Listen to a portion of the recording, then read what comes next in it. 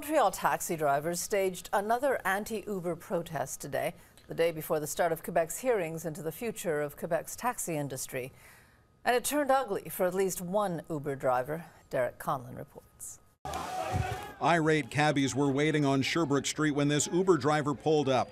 His car was pelted with eggs and doused with flour as cab drivers taunted and surrounded him.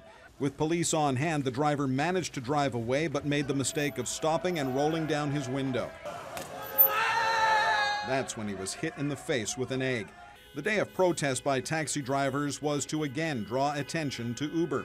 The union representing cabbies is upset Uber is still operating with the National Assembly hearing set to start. What's not acceptable from us is that the Premier did not ask UberX to cease their activities during the commission. Last week, the mayor called on Uber to shut down for the duration of the hearings. All I ask for is a truce where everybody, relax. We will all focus on one thing, on arguments.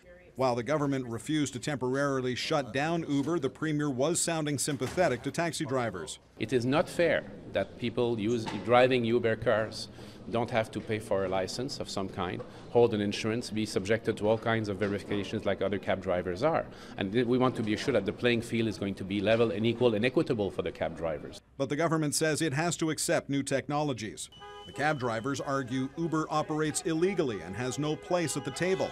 They're like drug pushers. Are we going to accept drug pushers that are working illegally on different corners of the street to talk and ask people to accept them? When contacted about the demonstration and the violence, Uber issued a statement which read in part, "The government has put in place a commission to hear the views of stakeholders, and we believe that the best path forward will be found through dialogue, not violence." The National Assembly is holding 5 days of hearings over the next 3 weeks. Derek Conlon, CTV News.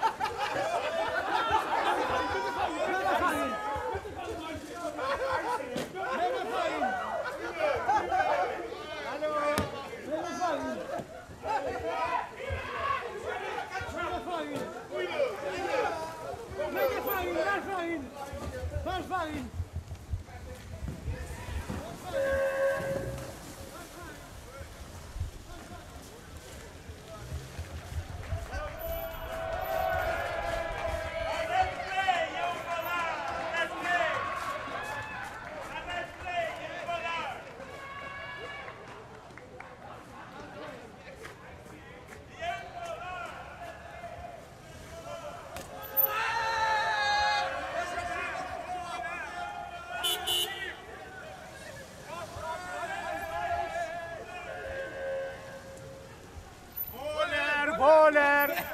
Voler!